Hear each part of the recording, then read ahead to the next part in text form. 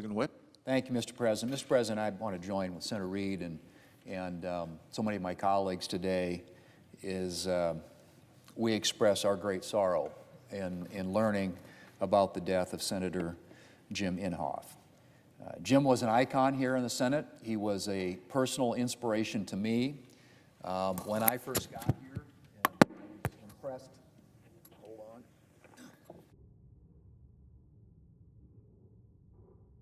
First got here, he was the chairman of the Environment and Public Works Committee in the Senate and worked with me. My first legislative accomplishments came as a result of him and his staff working with me to help me establish myself as a new senator and to do the work that the people of South Dakota sent me here to do. And he made that possible because of just the way that he led the committee, his understanding of what it takes to get things accomplished here in the United States Senate, and I'm grateful for his legislative prowess, for his leadership as a chairman of not only that committee, but later the Senate Armed Services Committee, and grateful for his tireless work ethic. I learned a lot. My first trip, actually, as a senator abroad was to Iraq, and I went with Senator Inhofe. And I can tell you from traveling with him, and I know that anybody who's traveled with Senator Inhofe knew that he had boundless energy and an ability to work people half his age under the table. He was truly a remarkably durable and passionate advocate for this country, a man of deep convictions, and as was pointed out by Senator Reed, somebody who had a connection with the rank-and-file military because of his military background, and every place that we went, we would meet with soldiers who respected him for that, the connection that he had, and also for the leadership that he provided for our country when it came to important national security matters. I also had the opportunity in Oklahoma to visit, to travel the state a little bit with him. I flew in an airplane with Senator Inhofe, and he was a renowned pilot. I think everybody knew that was one of his great passions in life.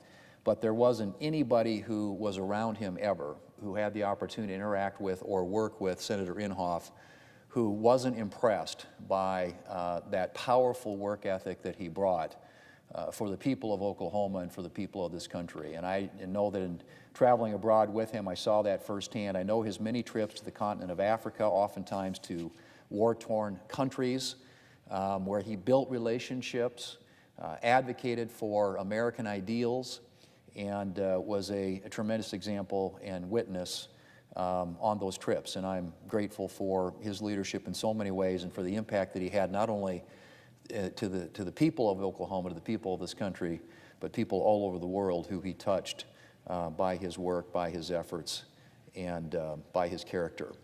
And I also want to say, finally, and probably most importantly, Mr. President, above all, I'm grateful for his Christian witness. Jim was a man of deep and profound faith, and it showed up literally, as I mentioned, in every aspect of his life. For many years, he hosted Chaplain Black's Bible study in his office, providing a place for senators from both parties to gather for prayer and study. And I don't think, and I think Chaplain Black could probably validate this, that Jim ever missed a session of that Bible study. And while the Bible study has continued without him, and is still, I would argue, one of the most significant hours that we spend here each week, I know that all of us miss being welcomed into Jim's office, which Jim made easy for us to find by hanging an Ichthus symbol outside of the door. Mr. President, my thoughts and prayers today are with Jim's wife, Kay, and with his family. Jim will be sorely missed. But in the midst of the sorrow, I'm also comforted by these words from the Apostle Paul, and these are words that I know Jim deeply believed. Quoting here, "Brothers and sisters, we do not want you to be uninformed about those who sleep in death, so that you do not grieve like the rest of mankind who have no hope. For we believe that Jesus died and rose again, and so we believe that God will bring with Jesus those who have fallen asleep in him. For the Lord himself will come down from heaven with a loud command, with the voice of the archangel, and with the trumpet call of God, and the dead in Christ will rise first. And so we will be with the Lord forever. Therefore, encourage one another with these words." end quote. Mr. President, I yield the floor. Thank you, Mr. President. I rise today to pay tribute to a great gentleman, a dear friend, a colleague, and in many cases a battle buddy, Senator Jim Inhofe. He was an extraordinary gentleman, and you can't say gentleman enough when it came to Jim Inhofe. He was a man of humility, of decency, and of kindness, and he touched everyone he met with those qualities. He was also a man of deep principle, but what made him a great senator, in fact, one of the best that has served in this body, is that he was always looking for principled compromise. He was always trying to reach across the aisle and see if he could, working with others, find a way forward that would be better for the country. So I was terribly saddened when I learned yesterday of Jim's passing. He was a leader, he was a gentleman, he was all that we expect a senator to be and much more. I was honored to serve alongside Jim. For 3 decades, he had served on the Armed Services Committee in both the House and the Senate. I had the privilege to serve with him as a member of the Senate Armed Services Committee. We were in turn both chairman and ranking members, both the senior Republican and the senior Democrat on the committee for many years.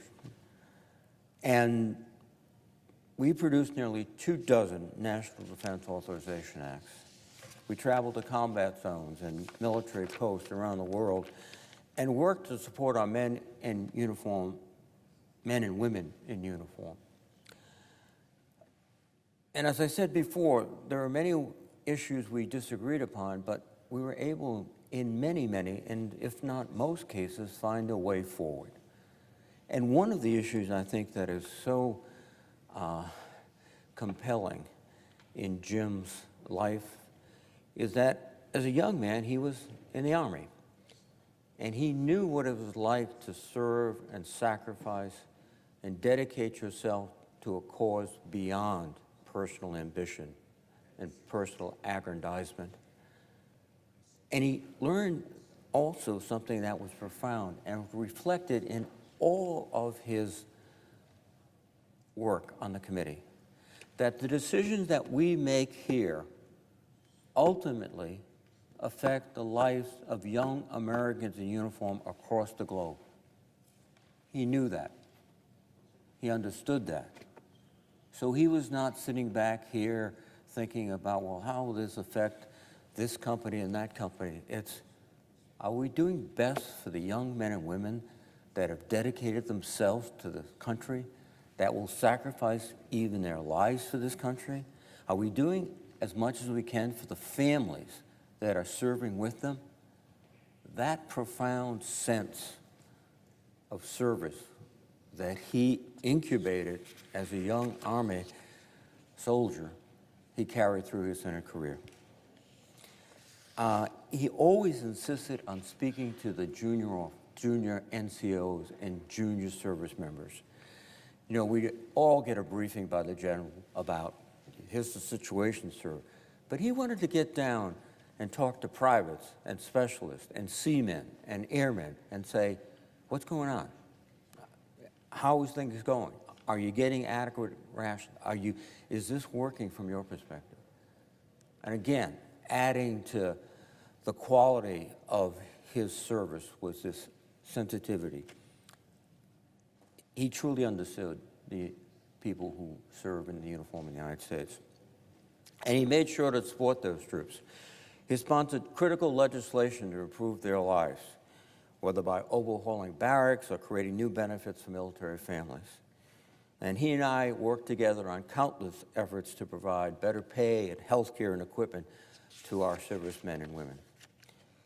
This nation and our military is stronger today because of Jim Inhofe, and safer today because of Jim Inhofe. He had a way to look ahead. I remember when I was serving as the ranking member with John McCain, and we were thinking about what's going to face us. And Jim was there with us, talking about the Pacific Defense Initiative, how we have to begin to put more resources in the Pacific. And then, before the invasion of Ukraine, the European Defense Initiative. We have to be able to be flexible and to counter the thrust of a potential outbreak of war. We were positioned in Europe to help the Ukrainians because of Jim Inhofe's work over many, many years.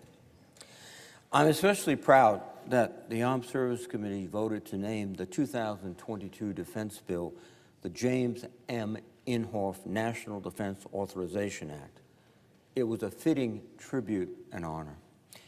Again, an extraordinary leader with legislative skills, the capacity for hard work, always placing the troops and his fellow Oklahomans first.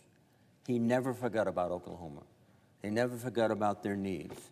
He was in there fighting every step of the way.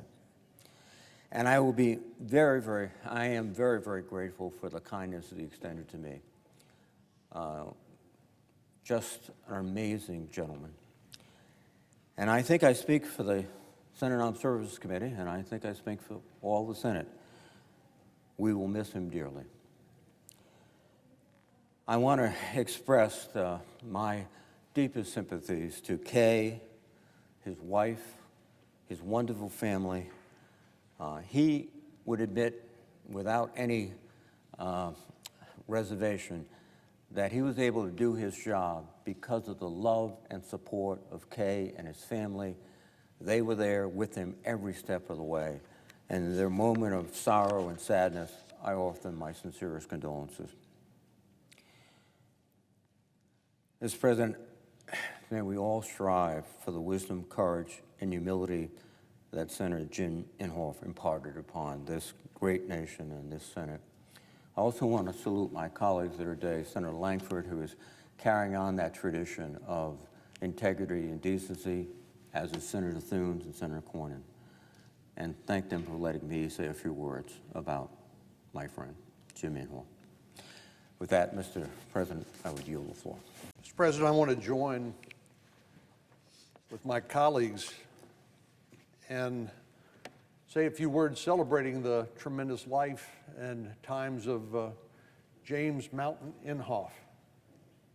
He had a great name, and it seemed to fit him amazingly well. My memories of Senator Inhofe were similar to those that Senator Thune mentioned, that when I came to the Senate, he was the chairman or ranking member of the Environment and Public Works Committee. I remember him telling me one time, he said, "I'm a true conservative. I believe in a strong national security, lower taxes, and infrastructure." And of course, the job of the Environment and Public Works Committee was largely to handle the regular highway bill reauthorization and funding, and he was true to his word. He believed as a true conservative in those three important things. And he said, pretty much everything else we do is way down the list in terms of priorities. But perhaps the time I remember the most is working with him when he was leading the Armed Services Committee. I know he believed that there was no more important job for us to do, those of us who have the privilege of serving in the United States Senate or in the Congress, than to defend and protect our country and our way of life. And he believed that with all of his heart and all of his mind. And so the exercise that we do every year, which is called the National Defense Authorization Act, which we've done, I think now 63 years in a row, he was passionate about making sure we did that on time and got it done because of his commitment, not only to our national security, but to the men and women who serve our country in uniform and the families that love and support them. And he was passionate about making sure we did our work and supported them and kept our country safe and our way of life protected. His physical stamina was legendary. We've already heard some of our colleagues talk about some of his trips around the world. Some of our colleagues, when they travel, believe in a what I would call almost a death march pace. And certainly Senator Inhofe believed in making the most of his overseas travel, but frankly, most of them were focused on either supporting our men and women in uniform, most recently in Iraq and Afghanistan, but also making sure that he got the most out of those trips. And so if you agreed to go with him, chances are you wouldn't get much sleep, but you would get a chance to see and do a lot. But he would regularly make his trips to Africa, where he reached out to leaders in that country, and through the common belief in a common faith. And he was very active in the National Prayer Breakfast. I remember most Wednesdays mornings here in the Senate, he would almost always be at the Senate prayer breakfast, where those of us who can attend from time to time, it's one of the times when we sort of take our mask off, where we are not Republicans or Democrats, and where we share a common faith. And this is something that I know was very important in his life, and certainly he was a wonderful example, an exemplar for the rest of us, and how to be a whole person, not just a political animal coming here and maybe a performance artist, but somebody who was a genuine human being who had a strong foundation in his faith and strong beliefs and convictions about what he was here to do. One of the things I will never forget is his annual quail hunt in Altus, Texas. Altus, Oklahoma. I said Altus, Texas. We call Oklahoma North Texas sometimes, and they call Texas South Oklahoma. But we share a common border and a lot of common interests, and one of those was the annual quail hunt in Altus. And it was a great community event. They're primarily connected with the air base and trying to make sure that community support was strong for that air base in Altus. But I would go up to his each year, and then he would come down to one that I have in Hondo, Texas, outside of San Antonio. The other thing I remember, and Senator Lankford, I know, has carried on this great tradition that they have their annual quail breakfast here in D.C. Not something you ordinarily find at your breakfast table here in Washington, D.C., but they would have an annual quail breakfast with the Altus delegation each year. I just think we've lost a great man, a great senator, a great human being, a great friend. And I wanted to come to the floor and express my condolences to Kay and his wonderful family that meant everything to him for their loss.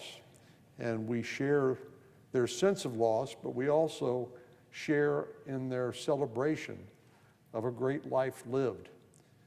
He had a good run.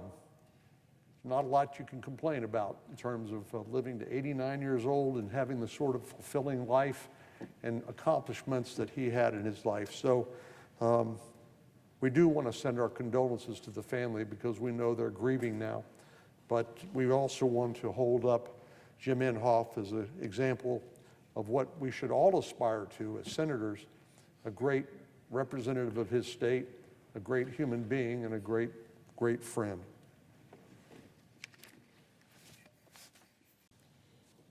Mr. President, my colleagues and I are here today to honor the life of our former colleague, Senator Jim Inhofe. Jim was a longtime legislator, a public servant, and a conservative champion. He was many things to many people. To me, Jim was a dear friend. Jim and I are both from the heartland, so we shared a similar worldview, as well as a commitment to similar people, the humble, hardworking Americans from the center of this country. Jim was fierce in his convictions. Jim was serious in his work. He was also kind-spirited, with deep compassion for others. But perhaps more than all of these things, Jim was a visionary who used his positions in public life to build a better future for his state and for this country. He recognized the profound importance of public infrastructure investment, from highways to airports to levees and much more. Jim's legacy can be felt all across America's heartland. Jim and I worked together on the Senate's Armed Services Committee. A veteran himself and an avid pilot, Jim was a fighter for members of our military. All of our Senate colleagues knew that if Jim was leading an international trip to visit with service members across the globe or to meet with America's allies, that trip would be all business. We'd sleep on the plane, and we would be in a different country every single day. I remember on one trip, we were forced to slow down a little bit when we lost a plane engine.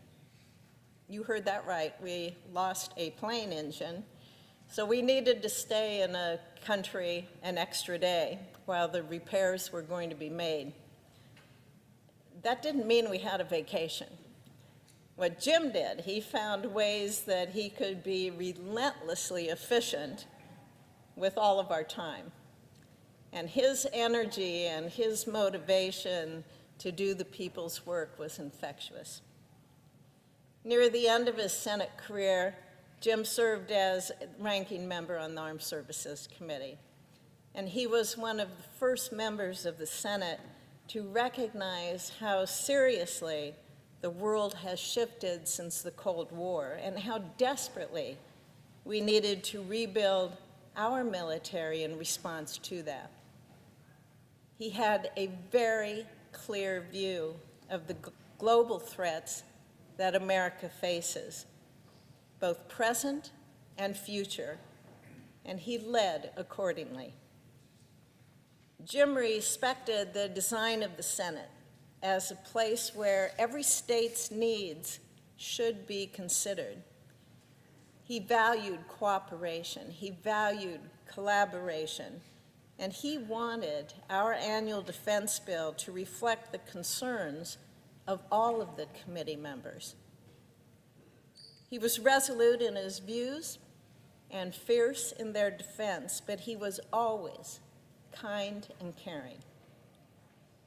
He built strong friendships with all of his colleagues, and despite many disagreements, he would have these relationships, so much so that a close Democrat colleague once described him as a brother to her.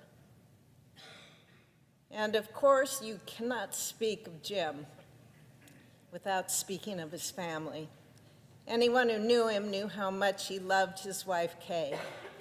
He was a devoted husband, father, and grandfather. The only thing that convinced him to leave decades of public service to the people of Oklahoma was his desire to care for his wife. My heart goes out to Kay and to his 3 surviving children, Molly, Jimmy, and Katie. May God comfort them in their sorrow. And may Jim's long life of love and service be a balm to their grief. America knew Jim. America will remember him as a principled man deeply committed to his values. The people of Oklahoma, they knew exactly who he was. And that's why they reelected him to the United States Senate 5 times. His legacy will live on as a friend, as a husband and father, as a veteran, as an Oklahoman, as a United States Senator, and as a very good man. Thank you, Mr. President. I yield the floor.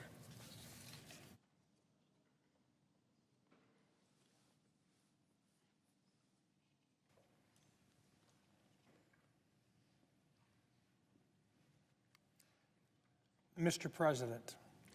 Senator from South Dakota. Thank you, Mr. President. I think many of us come down here to the floor with prepared remarks because we want to be precise in what we say. But after listening to my friend from Nebraska and her remarks, I have to admit that some of the memories that she has of Jim Inhofe are very similar to the memories that I have of Jim. And before I go into fully prepared remarks, I just wanted to share with you that I don't know that anybody else has the record that Jim has of the number of snowballs that have been tossed on the floor of the Senate. Jim is one of those guys who could get away with coming in with a snowball and then looking at a young page and saying, "Be ready to catch this when I throw it at you." And then in the middle of talking about climate change and the fact that he disagreed with a lot of the new ideas, he would pick up a snowball, show it to everybody, and then toss it over to one young page who I'm sure will never forget that for as long as he lives. Jim made friends every place he went.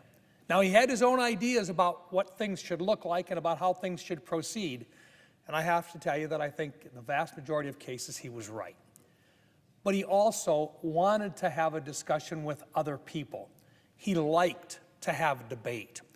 They were friends as far as he was concerned, and you could have disagreements among one another, and you could still be friends. Jim was one of those guys who truly believed that if you were his friend and you agreed with him 80% of the time, you were never going to be an enemy. You were always going to be a friend. I've traveled the world with Jim on more than one occasion, and no matter where he went in what he called the spirit of Jesus. He believed that that Christian value that he had was the conduit between people from all different faiths, and that in his opinion, and as long as he was prepared to share his faith, he was going to be welcome, and he was. I don't think people realize that this guy from the middle part of the United States of America was a guy who later on could say that he was a man who shared a prayer with Muammar Gaddafi in Gaddafi's tent. But he did that because he thought it was the right thing to do. Jim was my friend. He was a mentor. And the way that he treated other people is the way that I think all the rest of us should treat people. Jim's wife, Kay, became a very special friend to both myself and my late wife, Jean. She treated both of us with that respect and that acceptance that you don't always get, and yet you see it as being very, very sincere. We became part of their family, and we'll never forget that. You see, Jim Inhofe was a true ambassador for his state, his country, and most importantly, Jesus. Whether he was in another country or attending our weekly Senate prayer breakfasts, he loved sharing his faith with others. Jim and I traveled the world together, and we shared a love for aviation. He was one of my best friends in the United States Senate. Jim often said that real friendship did exist in the Senate, even if the news wouldn't necessarily show it. To Jim, it didn't matter if someone was a Republican, a Democrat, or an independent. He put political parties aside to get things done and trusted and respected the colleagues he worked with. Many of us in this chamber are lucky to have worked with Jim and to have called him a friend. I especially appreciated his leadership and partnership while working together on the Senate Armed Services Committee. Jim worked tirelessly each year to make sure that the Senate passed legislation providing for our national security and for our service members through the National Defense Authorization Act. It was fitting and well-deserved as a tribute to have the James M. Inhofe National Defense Authorization Act for the fiscal year 2023 signed into law. He made many contributions on the national and international stage, including his deep love and appreciation for the people of Africa, particularly Ethiopia. He developed meaningful relationships across the world through a shared love of Jesus, and our world is better off because of it. My thoughts and my prayers go out to Jim's wife, Kay, and to their family. Jim has slipped the surly bonds of earth. Now he can put out his hand and touch the face of God. I will miss my friend Jim.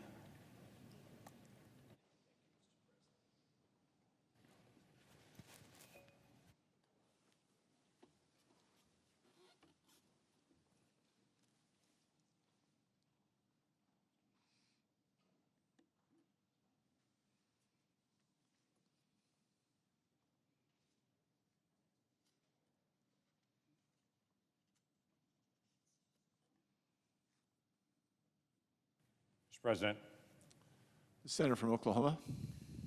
in honor of Jim Inhofe, I'd like to ask unanimous consent to speak as long as I so desire. Without objection. I'm standing today at not my desk location. I'm standing at my senior senator's desk location. This was the location for Jim Inhofe's desk 2 years ago when he retired from the Senate. And as you've heard from multiple different members today, he'll be deeply missed. I still have a moment every time someone says the senior senator from Oklahoma and they're speaking of me that I turn around and look for Jim, because he'll be sorely missed.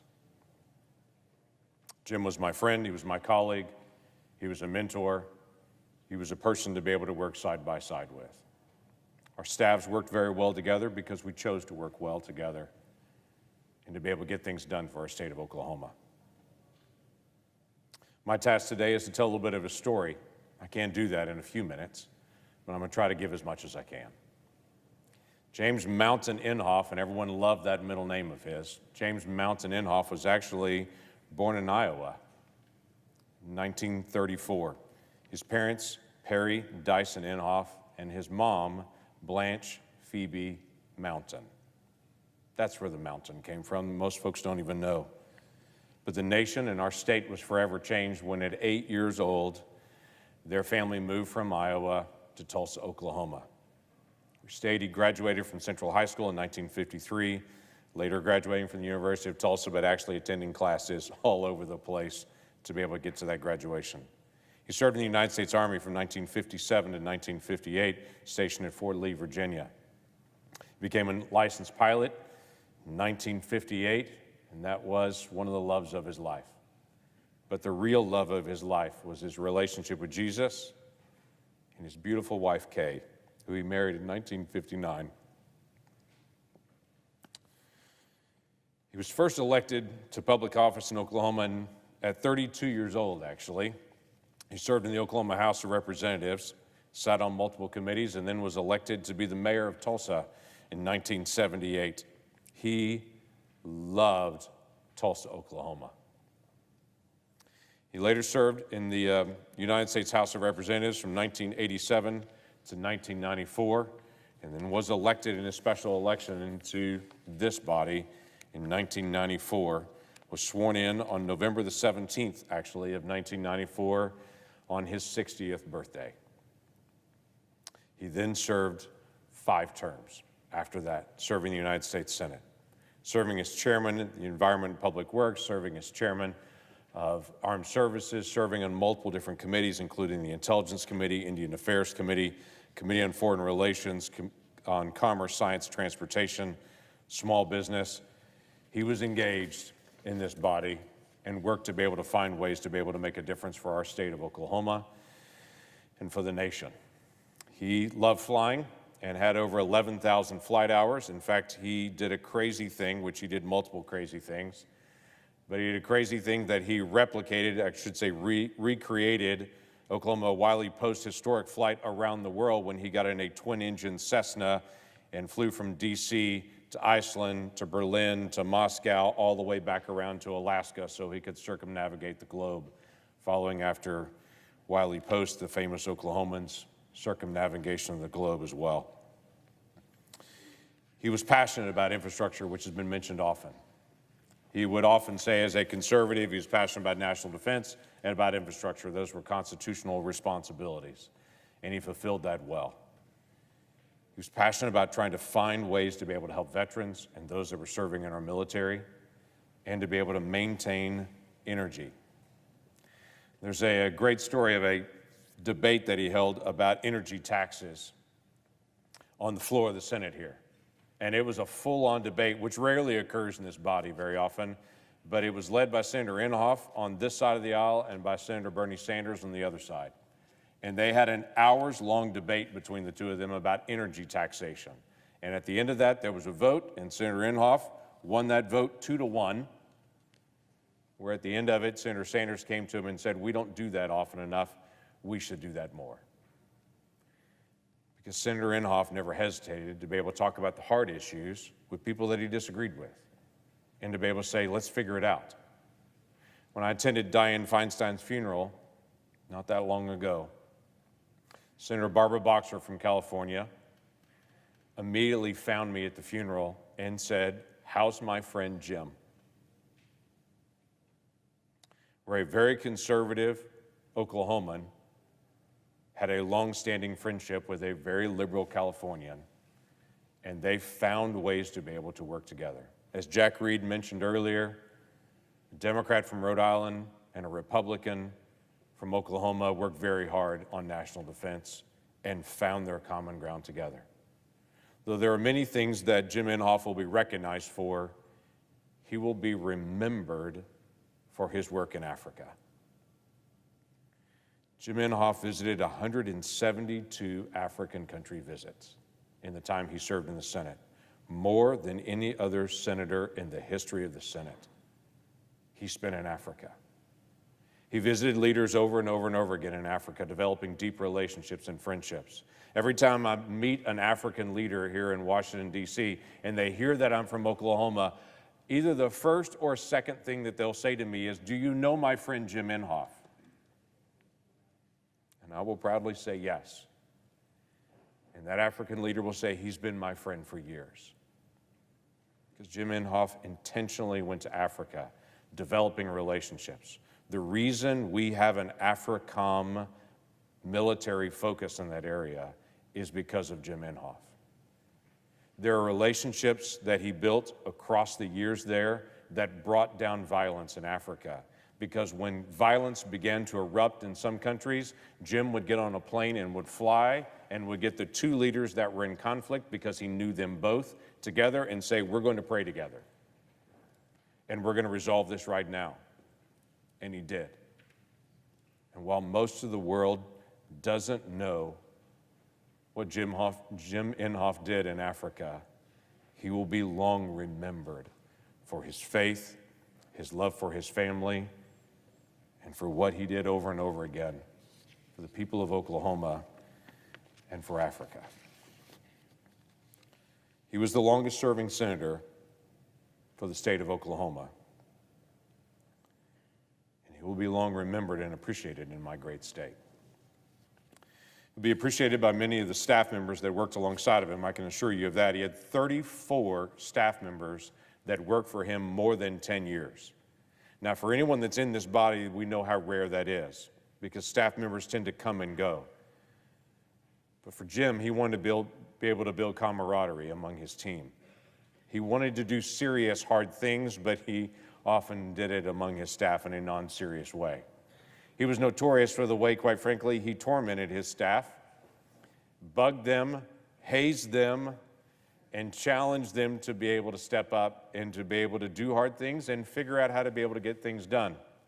Ryan Jackson, who was his future chief of staff, on his first day on the job as a young campaign staffer, Jim Inhofe picked him up in Oklahoma City. They drove out for a campaign event, in western Oklahoma for that event. And then Jim went back to Tulsa, not through Oklahoma City, and told Ryan, figure out how to get home. Which he did to multiple staff members over the years because he wanted to be able to push them and to say, figure it out. That was always his challenge to his staff. Figure it out. By the way, that didn't scare Ryan off. He stayed with him 18 years. And that young campaign staff member later became his chief of staff. He had many rules, but the top rule that he had was on his airplane, no one touched the door of his airplane but him. That was a fireable offense for any staff member that wanted to be able to touch the airplane door except for him. He also had a book that he would pass out to his staff all the time called Message to Garcia. Many of us know that book.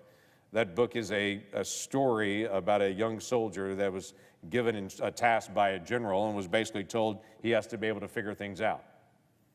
And so he would hand that book to staff members and would say, read this, you need to be able to know this. And a staff member on his team, when he turned a memo in to Jim Inhofe and it wasn't sufficient, would get just the message on it, MTG written on it. In other words, message to Garcia, go figure this out and come back and tell me what needs to be done. He was also, as has been mentioned by multiple of my colleagues, an extremely hard worker. His staff often said they only worked half a day for Jim, that is from 7:30 in the morning till 7:30 in the evening, that they would just work half days. If you got into the office in Jim Inhofe's office, if you arrived at 8:30, he would greet you with a good afternoon statement to you to be able to welcome you in. He had, as I mentioned, many opportunities to be able to do ministry and challenges to people in Africa, and there was a deep love for him in multiple countries, but there's probably no more so than in Western Sahara, where he fought tenaciously for the independence of those individuals in Western Sahara with Morocco. In fact, so much so that Western Sahara officials gave him a camel, which obviously he couldn't accept nor bring home. And so he told them, just hang on to it. I can't actually accept this camel and take it home. So when he visited Western Sahara, every time they would bring the camel back to the airport to show him they're still hanging on to his camel. They still have it. I have to say, there's a million stories about his leadership and his interaction. But his staff tells great stories about their friendships and relationships. I've been to many a place where Jim would turn and look into the crowd and would identify what he called the has-beens that were in the crowd. Those were the staff that were his former staff that showed up at just about every event he would go to because of their deep love for him, even though they had left the staff. Wendy Price, when she first got her job as scheduler, was put on probation because Jim felt she was too young. She stayed on probation for 20 years and would still be working with Jim today if he hadn't retired. I have to tell you,